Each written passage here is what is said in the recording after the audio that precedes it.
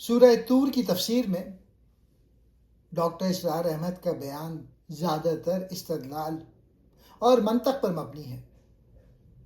وہ اس سورت کو منکرین آخرت کے خلاف ایک چارج شیٹ کے طور پہ پیش کرتے ہیں۔ پہلا نقطہ، کائناتی اور تاریخی شہادتیں۔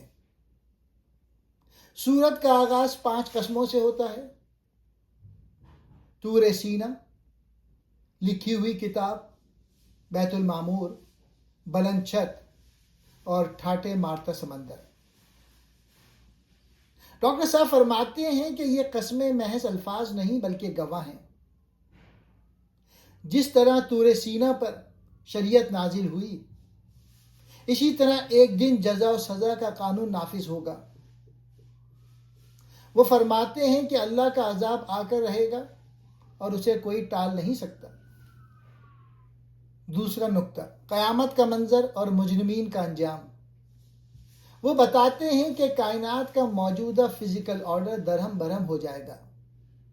وہ منکرین کو جھنجھوڑتے ہیں کہ جو لوگ آج مذاق اڑا رہے ہیں، کل وہ جہنم کی آگ کی طرف دھکیلے جائیں گے۔ تیسرا نقطہ، متقین کے لیے انعامات اور کتاب زندگی۔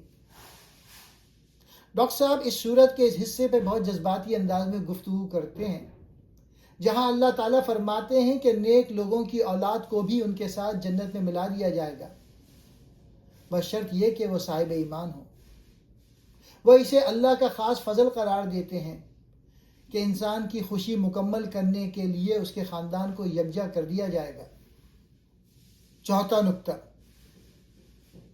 منکرین کے اعتراضات کا عقلی جواب۔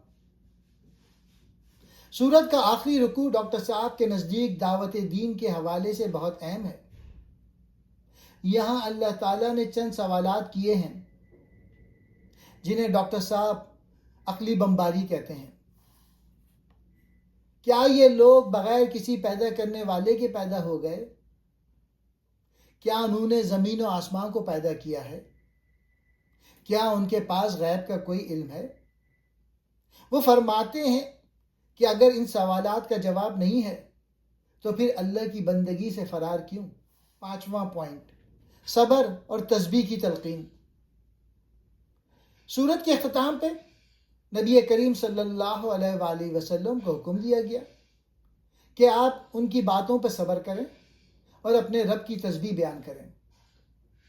ڈاکٹر صاحب اس سے یہ نقطہ نکالتے ہیں کہ جب حالات مشکل ہوں اور باطل کا غلبہ نظر آئے تو ذکر الہی وہ طاقت ہے جو داعی حق کو حوصلہ دیتی ہے۔